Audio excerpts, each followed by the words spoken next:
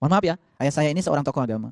Dan saat itu ada orang yang mengatakan pada ayah saya, wah ini katanya masuk neraka gara-gara melihara anjing itu. Padahal anjing juga makhluk Tuhan yang perlu cinta dan kasih, bukan? Gitu. Apa salahnya mereka kalau disayangi? Padahal sebetulnya yang sesungguhnya harus dibuang dari kita bukan anjing yang itu. Yang suka menghalangi datangnya malaikat rahmat bukan anjing yang itu. Anjing yang ada di sini. Kebencian itu anjing. Suka menggonggong, suka menilai, menghakimi itu anjing yang datang dari pikiran. Nah anjing-anjing itu menurut saya yang harus dikeluarkan di rumah kita. Ada lagi yang sangat fanatik ya. Ketika di rumah memasang gambar langsung bilang, wah di rumah ini banyak gambar, malaikat rahmat nggak akan datang. Saya bilang alhamdulillah kalau malaikat rahmat nggak datang. Berarti malaikat pencabut nyawa juga nggak datang ke rumah saya.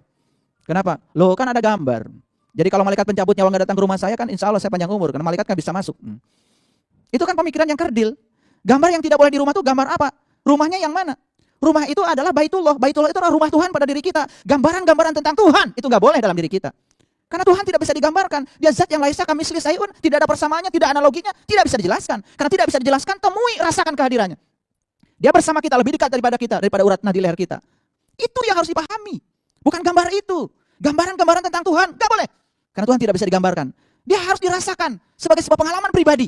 Perlu guru untuk menuntun ke arah sana. Kalau kita bisa menemukannya, salat kita jadi khusyuk. Insya Allah itu yang berkah. Ada orang yang mengatakan pada ayah saya, wah ini katanya masuk neraka gara-gara melihara anjing itu. Padahal anjing juga makhluk Tuhan yang perlu cinta dan kasih, bukan? Gitu. Apa salahnya mereka kalau disayangi? Padahal sebetulnya yang sesungguhnya harus dibuang dari kita bukan anjing yang itu. Yang suka menghalangi datangnya malaikat rahmat bukan anjing yang itu. Anjing yang ada di sini. Kebencian itu anjing. Suka menggonggong, suka menilai, menghakimi itu anjing yang datang dari pikiran. Nah anjing-anjing itu menurut saya yang harus dikeluarkan di rumah kita. Ada lagi yang sangat fanatik ya. Ketika di rumah memasang gambar langsung bilang, wah di rumah ini banyak gambar, malaikat rahmat gak akan datang. Saya bilang alhamdulillah kalau malaikat rahmat gak datang. Berarti malaikat pencabut nyawa juga gak datang ke rumah saya. Kenapa? Loh kan ada gambar. Jadi kalau malaikat pencabut nyawa gak datang ke rumah saya kan insya Allah saya panjang umur. Karena malaikat gak bisa masuk. Itu kan pemikiran yang kerdil. Gambar yang tidak boleh di rumah tuh gambar apa? Rumahnya yang mana? Rumah itu adalah Baitullah. Baitullah itu adalah rumah Tuhan pada diri kita. Gambaran-gambaran tentang Tuhan itu nggak boleh dalam diri kita. Karena Tuhan tidak bisa digambarkan. Dia zat yang laisa kamisli syai'un, tidak ada persamaannya, tidak analoginya, tidak bisa dijelaskan. Karena tidak bisa dijelaskan, temui, rasakan kehadirannya. Dia bersama kita, lebih dekat daripada kita, daripada urat nadi leher kita. Itu yang harus dipahami. Bukan gambar itu. Gambaran-gambaran tentang Tuhan, nggak boleh. Karena Tuhan tidak bisa digambarkan. Dia harus dirasakan sebagai sebuah pengalaman pribadi. Perlu guru untuk menuntun ke arah sana. Kalau kita bisa menemukannya, salat kita jadi khusyuk. Insya Allah itu yang berkah. Jadi yang keempat apa? Udara yang bersih. Pernah nggak kita berterima kasih pada udara? Terima kasih udara, pagi ini kau mengalir kepadaku, membawa oksigen yang menyegarkan. Pernah? Pernah nggak berterima kasih pada pohon yang di rumah kita? Makanya ada seorang yang umurnya lewat dari 98 tahun di Australia ini. Ya. Kenapa umur Anda bisa sampai 98 tahun? Apa yang Anda lakukan? Sangat sederhana. Saat bangun pagi, yang aku lakukan adalah berterima kasih pada semua pohon yang ada di rumahku dengan cara aku menyiramnya. Dan di rumahku banyak sekali peliharaan-peliharaan. Ikan, binatang, dan lain-lain. Dan setelah itu aku memperhatikan mereka. Cinta kasih yang diberikan pada pohon, cinta kasih yang diberikan pada ikan, pada binatang-binatang peliharaan, itu ternyata memanjangkan umur. Makanya ada teknik meditasi yang paling gampang. Apa? Memelihara tanaman, binatang di rumah dan kemudian sayangi. Ternyata memberikan kegembiraan. Ini luar biasa ya, luar biasa. Dan kita menganggap selama ini, ini riset. Bukan omong kosong. Udara yang bersih. Makanya jangan sekali-kali udara itu dikotori. Di sini tuh banyak sekali molekul-molekul ya. Kalau menurut hukum Dalton, di sini tuh ada sejumlah gas yang kemudian berpadu ya menjadi gas nyata. Dan gas nyata ini luar biasa ya. Bayangkan oleh kita ya, bagaimana pesawat Boeing 777 yang mengangkut penumpang 520 orang bisa terbang mengangkasa di ketinggian 38.000 kaki dengan kecepatan 1050 km per jam. Dengan membawa beban yang seperti itu. Ya, di tekanan yang kira-kira satu atmosfernya itu sekitar 100.000 Newton per meter persegi. Ini udara, luar biasa. Oksigen, nitrogen, karbon dioksida semua berpadu menjadi udara nyata yang memiliki tekanan.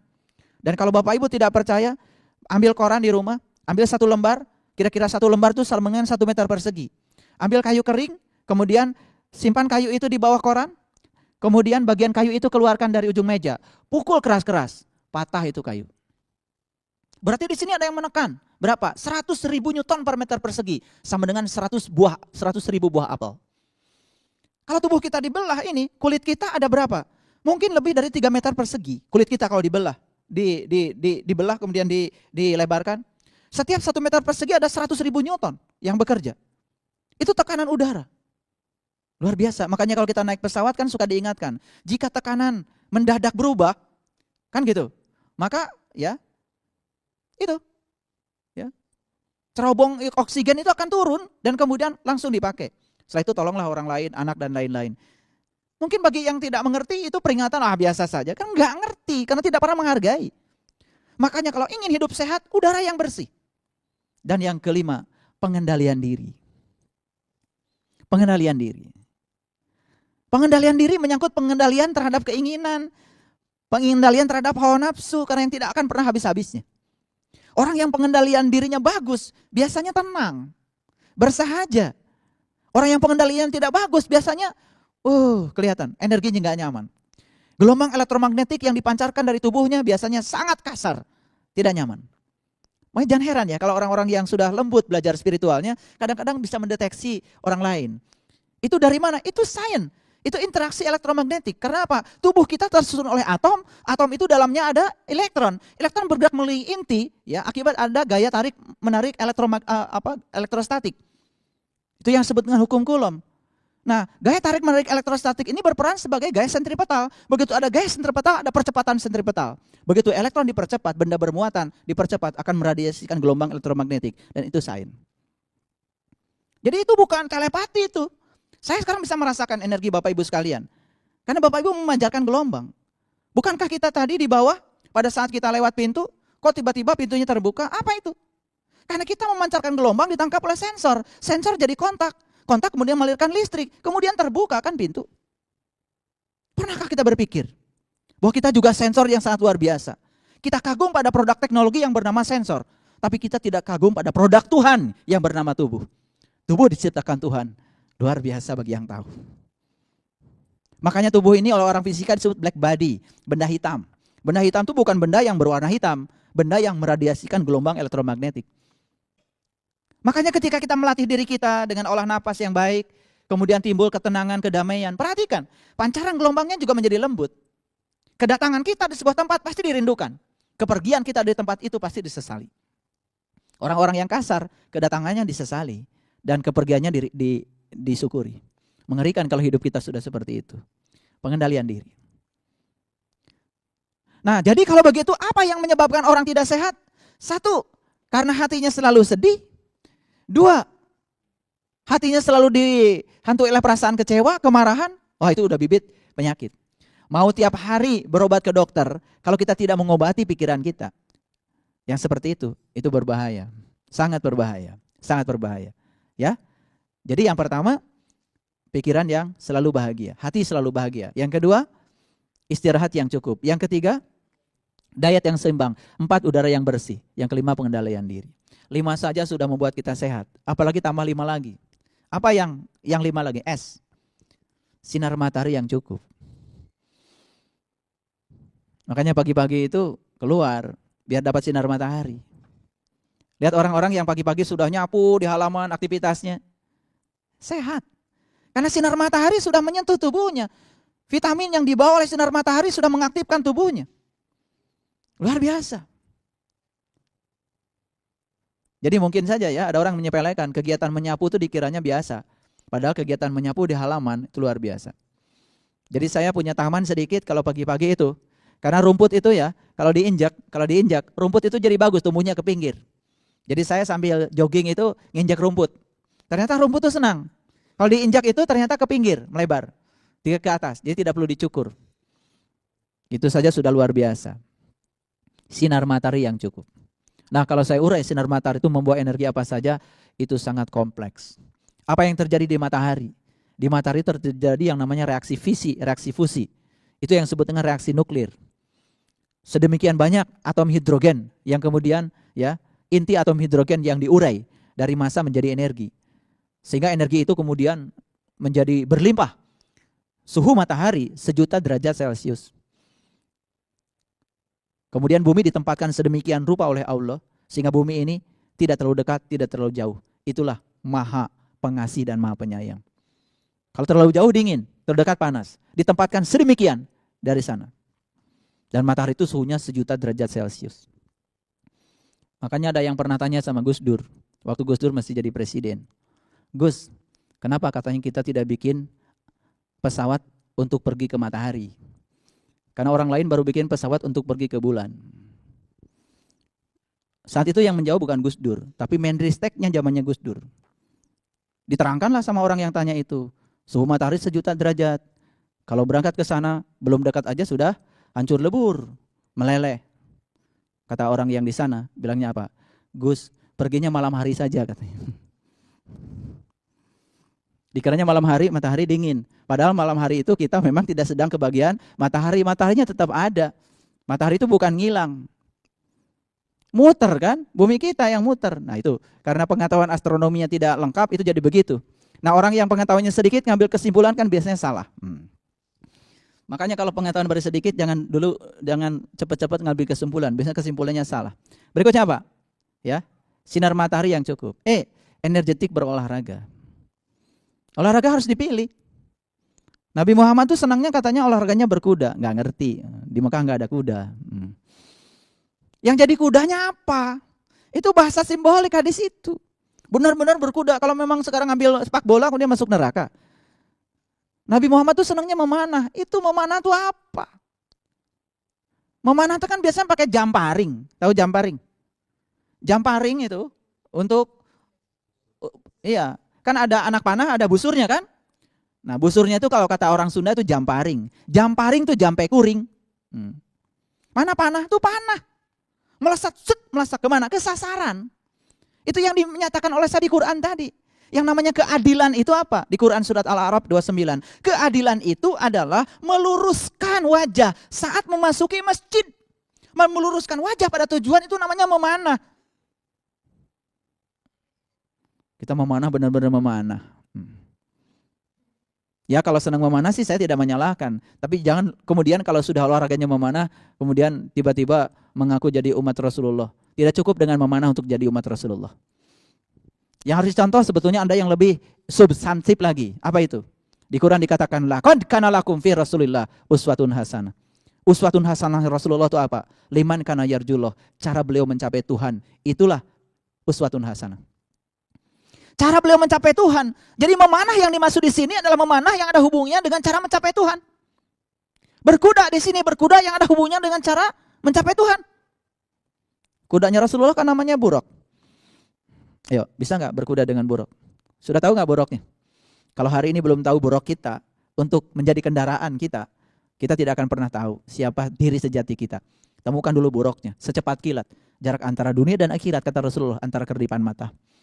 Bagi yang tahu. Olahraga. Olahraga apa saja? Sesuaikan dengan usia. Yang sudah sepuh ya olahraganya tai chi. Jangan yang berat-berat. Udah sepuh olahraganya tinju. Iya. Bukan dipukul, memukul aja udah terkapar. Memukul aja udah terkapar, apalagi dipukul ya.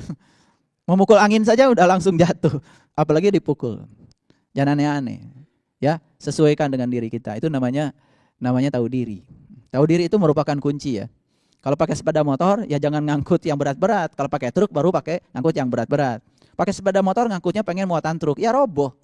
Banyak kita nggak tahu diri, ya, nggak tahu diri, ya. Jadi merasa terus muda ya, padahal sudah sepuh. Kemudian yang berikutnya apa? Yang berikutnya sehat, hubungan sosial yang bagus. Makanya indikator iman yang sebenarnya itu dilihat dari hubungan sosial. Maka di Quran ada kata-kata begini, indah sekali. Duribat alaihimudillatu aynama sukifu illa bihablim minallah wa hablim minanas. Aku akan timpakan kehinaan kepada seseorang dimanapun dia berada. Kecuali orang yang suka menjaga pertalian dengan Allah dan pertalian dengan manusia. Jadi jangan dikira loh, putusnya hubungan kita dengan manusia itu berbuntut kehinaan. Itu Allah yang bilang, duribat alaihimudillatu, dillah, itu kehinaan. Ada yang mengatakan dillah itu adalah kesesatan. Begitu seseorang terputus hubungan kemanusiaannya, dia sudah mengambil jalan yang sesat. Maka saya setuju dengan seorang guru spiritual yang mengatakan belajar spiritual itu sebetulnya harus bagus hubungan sosialnya. Dan supaya hubungan sosial bagus, jangan terlalu serius kan gitu belajar spiritual. Sekali-kali juga harus ada ketawanya, tapi jangan boring, bodor dan garing. Jangan isinya bodor terus ya. Kalau itu kan harus ikut stand up comedy. Ya. Makanya kan ada seorang ibu yang protes pada suaminya. Protesnya gini. Dia panggilnya ayah suaminya. Ya, dulu waktu kita sebelum nikah, ayah sering ajak jalan-jalan sama ibu. Kok setelah nikah perasaan belum pernah diajak kemana-mana. Iya, terus si suaminya langsung ngasih dalil. Kan ibu tuh jodoh terbaik dari Tuhan untuk ayah. Ayah juga sudah menerima ibu apa adanya. Kan jodoh itu gak kemana-mana. Ya, jadi jodoh gak kemana-mana ya sudah, ibu juga jangan kemana-mana. Makanya saat minta emas pasti suami diam kan, karena diam itu emas. Itu termasuk boring juga, bodor tapi garing. Hubungan sosial yang bagus. Makanya kenapa kemudian silaturahim itu dikaitkan dengan rezeki. Silaturahim itu dikaitkan dengan rezeki, luar biasa itu. Kalau punya teman itu kemanapun memang luar biasa rezeki kita. Luar biasa. Oke. Hubungan sosial yang bagus, pasti sehat. Orang yang hubungan sosial yang kurang bagus itu banyak sakitnya. Mau ke sini takut, mau ke sini takut, mau ke sini takut, kan bingung. Karena di mana-mana banyak musuh. Orang yang banyak musuhnya itu sebenarnya sudah menciptakan dirinya untuk jatuh ke lembah sakit. Hubungan sosial yang bagus. Yang ke-8, A, sehat, air putih yang banyak. Dan yang terakhir T, Tuhan yang paling utama. Utamakan Allah. Utamakan Allah. Maka hidupnya pasti sehat. Nah inilah hidup sehat yang saya dapat ketika anak saya sakit. Dan kemudian saya urai sekarang dalam dimensi yang berbeda. Semoga ini memberikan jalan untuk kita hidup. Kau hadirkan daun jatuh ke tanah, satu persatu ikuti sang waktu. Tak pernah pohon singkirkan daun, hingga daun mengurai kembali. Pohon berikan bunga dan buah, tak pernah ada kata pamrih. Semua melayani dengan ikhlas, semua memberi dengan cinta. Lelah kita mengharap balas, letih jika inginkan kasih. Lakukan dengan apa yang ada, tulus dengan tanpa keluh kesah.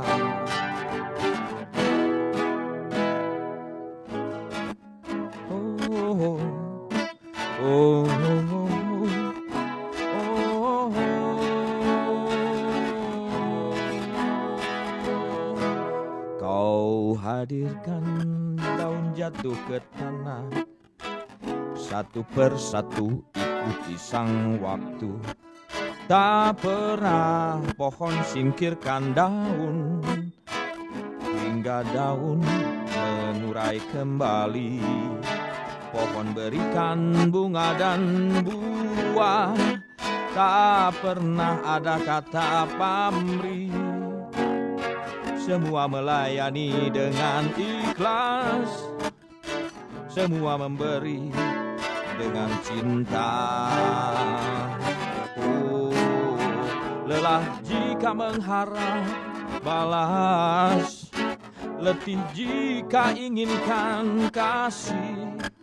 Lakukan dengan apa yang ada, tulus dengan tanpa keluh kesah. Lelah jika mengharap balas, letih jika inginkan kasih, lakukan dengan apa yang ada, tulus dengan tanpa keluh kesah.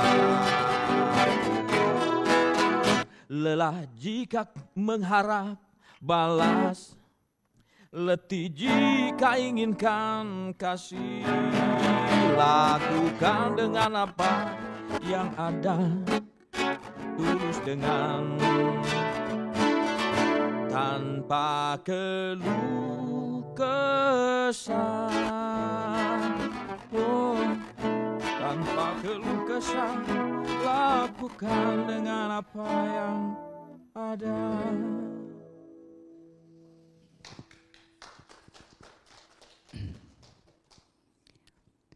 Dalam Quran surat Al-Fat, Al-Fat itu artinya keterbukaan. Ayat ini di bagian awal cerita tentang orang yang terbuka. Terbuka apanya? Terbuka pemikirannya, terbuka kolbunya. Apa hadiah dari Allah buat mereka yang sudah terbuka? Yang pertama, inna fatahna laka fatham mubina. Sesungguhnya aku telah memberikan keterbukaan padamu, keterbukaan yang nyata. Kemudian Allah menyatakan liyaghfira lakallah ma taqaddama min dambik wa ma ta'akhkhar. Untuk mereka yang sudah terbuka, maka Allah menghadiahkan ampunan terhadap dosa yang telah lalu dan dosa yang akan datang. Karena orang yang sudah terbuka pikirannya, terbuka mata kalbunya, pasti terbuka kesadarannya. Saat sudah terbuka kesadarannya, maka akan mengalir dalam dirinya adalah kecerdasan, kelembutan, kebijaksanaan, kearifan, cinta, kasih sayang, kepedulian, pelayanan, kedamaian, tenang, tentram, damai, bahagia, suci, bersih, indah, mulia. Sudah dimiliki semuanya. Maka liyaghfir lakallah ma taqaddama min dambik wa ma ta'akhkhar. Berikutnya apa? Liyutimma ni'matahu 'alaika. Maka kata Allah yang kedua, aku akan anugerahkan nikmat kepadanya. Nikmat apa? Nikmat pikiran yang bahagia. Nikmat hati yang bahagia. Itu nikmat yang luar biasa. Nikmat pikiran yang istirahat. Sudah wukuf pikirannya. Sudah bisa menerima semua kenyataan apa adanya karena sudah melampaui dualitas. Nikmat untuk bisa mengelola tubuh dengan baik. Karena tubuh yang sehat ini merupakan sebuah anugerah yang luar biasa. Hadiah dari Allah. Tubuh yang sempurna ini adalah kendaraan bagi jiwa. Mereka yang sadar kalau tubuh ini adalah kendaraan, dan dia sadar bahwa sekali kehilangan tubuh seperti apel yang kehilangan tangkainya, maka dia akan pelihara tubuh ini dengan sungguh-sungguh agar tubuh ini bisa mengantarkan sang jiwa kepada tempatnya, kepada asalnya. Makanya banyak yang jiwanya belum sampai, kemudian tubuhnya tidak sanggup lagi mengantarkan jiwa dalam perjalanannya, karena dia tidak bisa merawat tubuhnya sendiri. Ini bukan soal takdir. Bukan soal takdir. Sakit, kematian, bukan semata-mata takdir.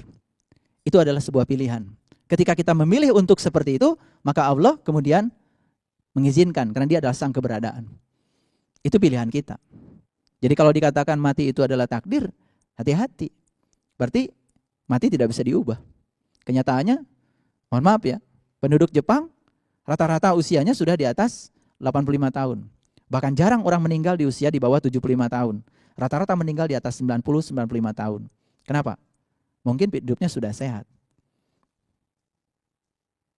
Jadi kemudian jangan menyalahkan. Ketika kita mengambil pilihan hidup sehat, ya Allah kemudian mengiyakan, merestui. Mengambil pilihan tidak sehat, Allah juga merestui. Itu pilihan kamu sendiri. Jangan kemudian kita hidupnya jorok, kemudian ketika kita sakit dan kemudian meninggal, takdir itu. Kehendak Tuhan. Mudah sekali ya kita menyatakan itu. Yang kedua, nikmatnya disempurnakan. Nikmat apa lagi? Tentu saja. Nikmat hati yang gembira, nikmat pikiran yang selalu bahagia, nikmat pikiran yang terbuka, kemudian nikmat pengendalian diri, nikmat punya pengetahuan untuk bisa mengelola tubuh. Itu nikmat itu. Pengendalian diri itu nikmat. Karena pengendalian diri juga mahal ya bagi sebagian orang. Tidak semua orang bisa mengendalikan diri. Kadang-kadang begitu mudah reaktif. Orang yang gampang marah dan reaktif biasanya juga penyakitnya pasti dekat-dekat dengan hipertensi kan gitu. Darah tinggi ya. Kesananya kan stroke ya. Kesananya juga larinya kan diabetes, macam-macam kan, gagal ginjal dan lain-lain. Ya. Kemudian wa yahdiyaka siratan mustaqim. Dan yang luar biasa kata Allah, aku akan bimbing kamu ke jalan siratal mustaqim. Apa jalan siratal mustaqim? Jalannya para nabi, para syuhada, para siddiqin, para sholihin. Aduh, kalau kita sudah mendapatkan jalan itu ya luar biasa. Hadiah berikutnya dari Allah, wa yansurukallahu nasran aziza. Akan berikan pertolongan yang nyata padamu, pertolongan yang gagah padamu. Wallati anzala sakinah, dan berikutnya apa? Aku akan berikan qalbu yang sakinah. Nah, qalbu yang sakinah itulah kemudian yang akan mewarnai pikiran kita, mewarnai hati kita. Makanya hati yang selalu gembira berawal dari mana? Dari qalbu yang sudah sakinah. Sakinah dari kata sakana yaskunu miskinan. Sakinah itu artinya mati. Sudah wukuf, sudah tenang, sudah istirahat. Nah, inilah menurut Al-Qur'an. Maka di ayat berikutnya, wallati anzala sakinata fi qulubil mu'minin liyazdadu imana ma'a imanihim. Walillahi junudus samawati wal ar wa kana Allahu aliman hakima liyudkhilal mu'minin wal mu'minat jannatin tajri min tahtihal anhar khalidina fiha wa yukaffiru anhum sayyi'atihim wa kana zalika indallahi fauzan adzima. Maka puncaknya dia akan mendapatkan fauzan adzima. Faizin itu kemenangan yang besar, kemenangan yang nyata. Jadi kemenangan itu tidak mungkin bisa diraih dengan bekal tubuh yang lemah. Kemenangan hanya bisa diraih dengan tubuh dan mental kita yang kuat. Dan disitulah letaknya kemenangan. Jadi oleh karena itu, hidup sehat harus menjadi sebuah prioritas untuk bisa menikmati kebahagiaan dunia dan akhirat. Barangkali itu yang bisa saya sampaikan di kesempatan yang penuh berkah ini. Barakallahu li wa lakum. Assalamualaikum warahmatullahi wabarakatuh.